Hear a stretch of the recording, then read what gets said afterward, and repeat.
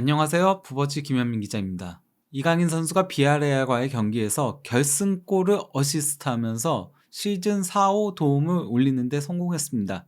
뿐만 아니라 팀의 두 번째 골의 기점이 되는 패스까지 기록을 하면서 4대2 대승에 있어서 핵심적인 역할을 담당했습니다. 이강인 선수가 눈부신 활약을 펼친 비아레알과의 경기를 리뷰해 보도록 하겠습니다. 일단 이 경기에서 마요르카는 카데웨레를 첫 선발 출전시켰습니다. 카데웨레는 이 경기 이전까지 코파델레이 한 경기 선발 출전한 걸 제외하면 라리가에서는 5경기 교체 출전했었거든요. 이전보다는 조금 더 공격적으로 나섰다라고 할 수 있겠는데요. 다니 로드리게스와 데 갈라레타가 중원을 구축을 하면서 중앙 미드필더 라인이 이전보다는 공격적인 구성이 되게 된 거죠. 원래는 그러니까 기본적으로 이강인이 왼쪽, 그리고 이제 다니 로드리게스나 산체스가 오른쪽에 섰었는데, 다니 로드리게스가 오른쪽 윙이 아닌 중앙 미드필더로 나오면서 선수 구성이 조금 더 공격적으로 됐다라고 할 수 있겠죠. 그 외에는 뭐 나머지 포지션은 거의 그대로 나왔습니다. 그냥 바바 대신에 카데웨르가 나왔다라고 보면 되는 거죠.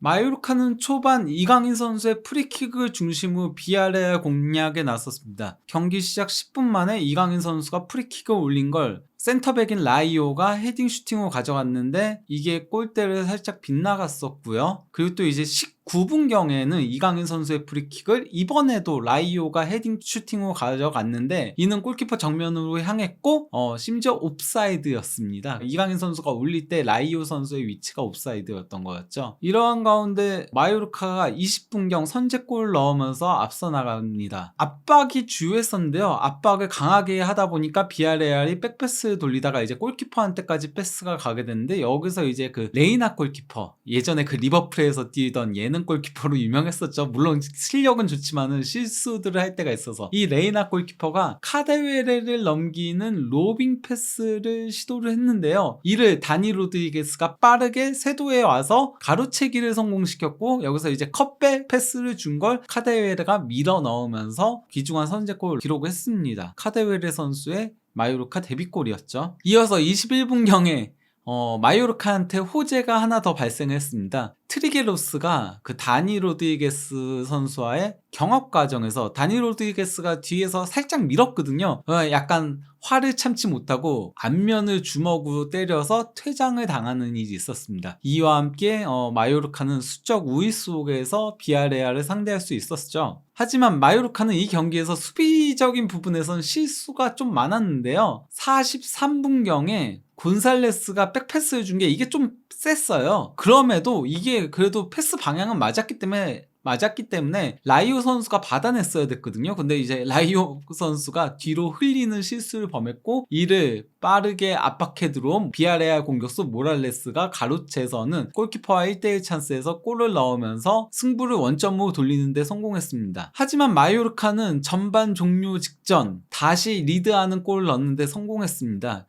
여기서 이제 이강인 선수의 패스가 기점이 됐었는데요. 측면으로 파고든 이강인 선수가 다소 무게중심이 무너질 법도 했는데 정교한 크로스를 멀리 넘겨줬고, 이를 마페오가 다시 크로스를 올려준 거를 다니가 헤딩 슈팅으로 골을 넣은 거였습니다. 마요르카는 전반전 추가 시간에 골을 추가할 수 있는 절호의 기회가 있었어요. 카푸어의 백패스 실수를 무리키가 가로채서 드리블로 치고 갔다가 골키퍼와 1대1 상황에서 슈팅을 가져갔는데, 이게 그 골키퍼 정면으로 향하면서 더 이상의 골을 넣지 못한 채 2대1로 전반전을 마무리했습니다.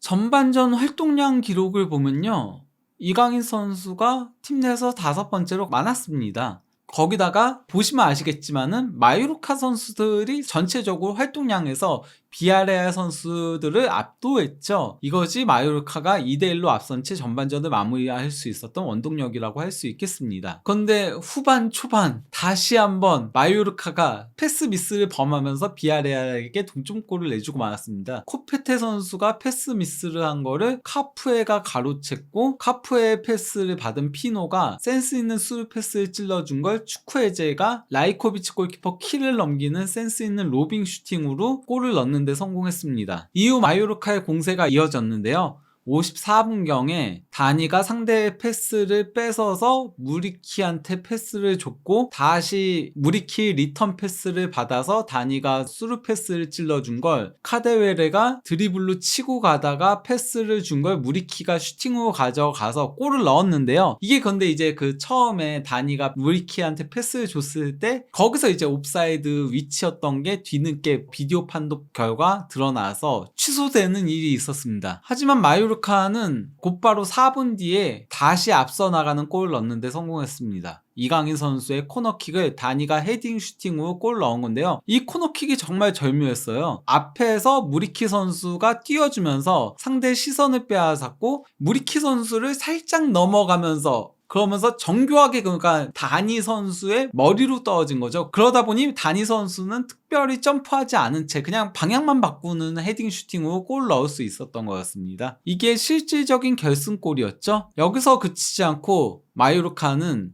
63분경에 마페오의 크로스를 상대 오프사이드 트랩을 깨고 들어간 라이오가 헤딩 패스로 내줬고 이를 무리키가 강력한 왼발 슈팅으로 골을 넣으면서 승부의 세기를 박았습니다. 이게 원래 그 무리키 선수가 마표의 크로스를 받았으면 옵사이드였거든요. 하지만은 무리키는 그 공간은 상관없이 있었고 라이오가 기습적으로 상대 옵사이드 라인을 깬 이건 상당히 그 준비된 과정에서의 골이었다라고 할 수 있겠죠. 이후에도 마요르카는 추가골을 넣을 수 있는 기회들이 있었습니다. 특히 이강인 선수한테 득점 기회들이 있었는데요. 먼저 그 67분경에 코페테의 전진 패스를 카데웨레가 뒤로 흘려줬고 이를 무리키가 받아선 땅볼 크로스를 연결해준 걸 이강인 선수가 오른발 슈팅으로 가져갔는데 골키퍼 정면으로 향했고요. 근데 이는 사실 옵사이드 판정이 불리긴 했어요. 무리키 선수가 옵사이드 위치에서 받았던 거였거든요. 하지만 확실히 이강인 선수는 오른발이 주발이 아니라는 걸 이 슈팅에서 좀 다시 한번 확인할 수 있었죠. 다소 약했었거든요. 코너킥 수비 혼전 상황에서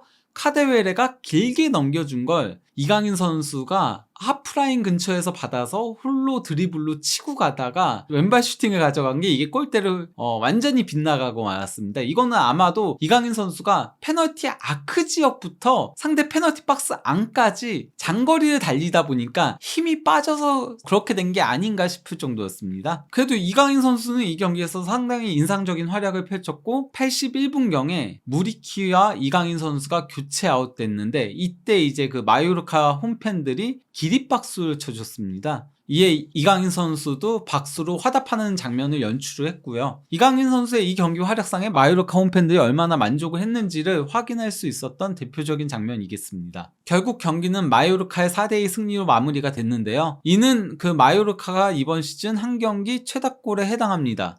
이전까지는 2골이 최다골이었어요. 3골도 없었거든요. 마요르카 공격이 제대로 터진 경기였다라고 할 수 있겠죠. 경기 기록면에서도 마요르카가 이길 만한 경기력이었습니다. 점유율에서는 45대 55로 근소하게 밀리긴 했으나 기대 득점에서 2.28골 대 1.22골로 당연히 2대1 스코어는 충분히 나오고도 남을 경기였고요. 전체 슈팅에서도 13대 8로 크게 앞섰고요. 빅찬스에서 특히 6대2로 많이 앞섰죠. 옵사이드도 5에 걸릴 정도로 이 경기에서 마요르카가 상대 뒷공간을 파고드는 위협적인 움직임들을 상당히 많이 가져간 경기였습니다. 패스 성공률도 82%면은 평소 마요르카답지 않은 패스 성공률인 거죠. 마요르카는 라리가 팀들 중에서 가장 패스 성공률이 떨어지는 팀이니까요. 60%도 후반대거든요. 한편 이 경기에서 이강인 선수는 시즌 4호 도움을 올리는데 성공했습니다. 특히 이제 그 1월 7일에 있었던 바야돌리드전 이후 5경기만의 도움이었습니다. 세부 지표들을 보면 더 예술이었는데요. 이 경기에서 이강인 선수는 슈팅 3회를 가져갔고요. 그리고 찬스 메이킹도 2회를 기록했습니다. 크로스는 4회를 시도했는데 모두 다 성공했습니다. 크로스는 30%만 나와도 준수한 성공률에 해당하거든요. 말 그대로 경이적인 성공률을 자랑했다라고 할 수 있겠죠. 이강인 선수는 이 경기에서 양팀 통틀어서 슈팅, 찬스 메이킹, 크로스 모두 최다를 기록을 했습니다. 패스 성공률은 86%였고요. 이 역시 뭐 준수한 수치였죠. 공격수 포지션이라는 점을 고려하면요. 개인적으로 더 주목해야 될 부분은요, 바로 이강인 선수의 수비적인 기록이었는데요. 이 경기에서 이강인 선수는 그라운드볼 경합을 12회를 시도해서 7회를 성공시켰습니다. 50%가 넘는 그라운드볼 경합 성공률을 자랑을 한 거고요. 공중볼 경합은 1회 시도해서 100% 성공률을 기록했습니다. 여기다가 파울 당한 횟수 2회, 가로채기 1회, 그리고 태클 5회를 기록을 했는데요. 참고로 볼 경합과 파울 획득, 태클은 출전 선수들 중 최다였습니다. 거기다가 소유권 획득도 8회로 마페오 10회에 이어서 두 번째로 많았고요. 그리고 히트맵을 보시면 아시겠지만은 상당히 넓은 범위를 커버하는 것을 확인할 수 있죠. 최근 들어서 이강인 선수가 확실히 수비적인 부분에서도 장족의 발전을 매 경기마다 보여주고 있거든요. 특히 주목해 볼 만한 장면들을 보자면요. 9분경에 이강인 선수가 축구해제의 패스를 끊어낸 데다가 이 흐르면서 이제 축구해제가 다시 받아냈거든요. 이때 그 축구해제의 손에 맞으면서 핸드볼 파울이 범해지긴 했는데, 어쨌건 축구해제가 루즈볼을 받아서 드리블을 치고 가려고 했을 때 또 빠르게 달라붙어서 가로채는 장면이 있었습니다. 이게 그 축구해제의 핸드볼 파울이 범해지면서 가로채기로 기록되진 않았지만은 이강인 선수의 패스 경로 끊어내는 위치 선정 능력과 빠르게 달라붙는 능력을 동시에 확인할 수 있었던 장면이었죠. 그리고 이제 24분경에는 또다시 그 상대 미드필더와의 경합 과정에서 빠르게 달라붙으면서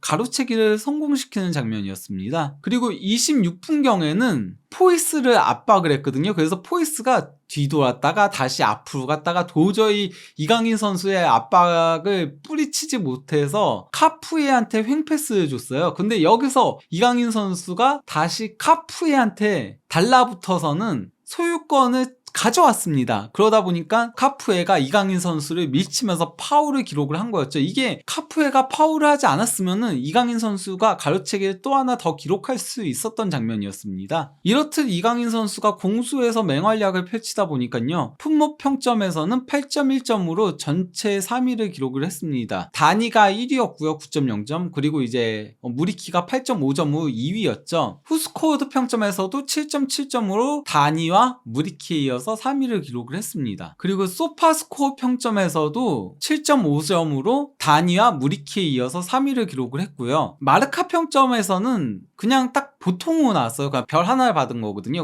마르카는 별 2개면 높은 평점이고 하나면은 그 다음이고 없는 평점도 있는 건데, 아마도 이강인 선수가 결정적인 득점 찬스를 놓친 것 때문에 마르카에서는 평점을 조금 박하게 준 것 같긴 해요. 하지만은 그거 제외하고라도 결승골을 어시스트했고, 또 이제 그 팀의 두 번째 골도 기점 패스를 했기 때문에 저는 이강인 선수한테 더 좋은 평점이 주어져야 됐다라고 생각을 합니다. 한편 그 마요르카는 비아레알전에 승리를 거두면서 바로 비아레알을 제치고 8위로 올라서는데 성공했습니다. 컨퍼런스 리그 진출권인 7위 아틀레틱 빌바오와의 승점 차는 1점 차고요. 그리고 유로파 리그 진출권인 6위 라요 바에카노하고의 승점 차는 2점밖에 나지 않습니다. 즉 이제 그 유럽 대항전 진출권이 가시권에 접어들었다고 할 수 있겠는데요. 향후 일정도 다소 수월한 편에 속합니다. 당장 다음 주에 있을 에스파뇰은 잔류 마지노선인 17위에 위치한 팀이고요. 그리고 그 다음 경기인 엘체는 최하위 팀인데요. 그것도 독보적인 최하위예요. 승점 9점이거든요. 19위가 승점 19점입니다. 그러니까